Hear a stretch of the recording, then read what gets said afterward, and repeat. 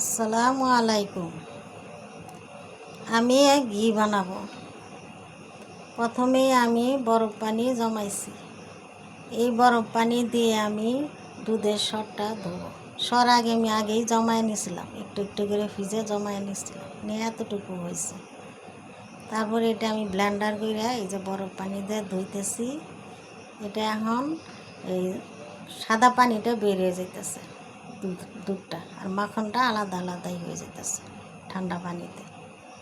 এভাবে আমি 2-3 বার ধুয়ে নেব। ধোয়ার পর আমি পানিটা ফেলে দেব, ফেলে দিয়ে আরেকবার আমি ধোবো। এই যে ফেলে দিচ্ছি, এবার দুধটা বের হয়ে যেতেছে। এখন আমি এটা এই যে চুলায় দিয়ে দেব। চুলা দেওয়ার পর আপনার এই মাখনটা গলে যাবে। গলে যাওয়ার পর আপনার এই যে গলে গেছে, গলে যাওয়ার পর এই যে ফেনা উঠবে, একটু একটু ফেনাটা নিজের থেকেই কেটে যাবে। এতে হয়ে গেল আমার ঘি। এই যে ঘি বানানো হয়ে গেল। ফেনাটা নিজে নিজেই চলে যাবে। ফেনাটা আমার ঘি বানানো। এইভাবে ঘি বানাইতে হয়। এই যে ঘি হয়ে গেল।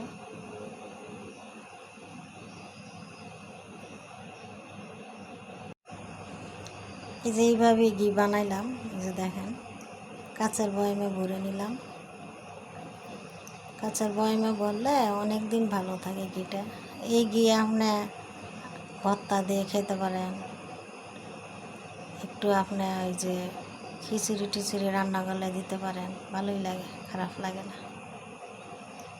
এভাবে ঘি বানায় একটু কষ্ট করে বানায় দেখেন। হাতের ঘিয়ের স্বাদই আলাদা, অন্যরকম, ভালোই লাগে খেতে। আমি এইভাবে একটু একটু করে সর জমায় বানাই, খেতে খারাপ লাগে না, ভালোই লাগে। একটু কষ্ট করে বানায় নিয়েন, দেখেন।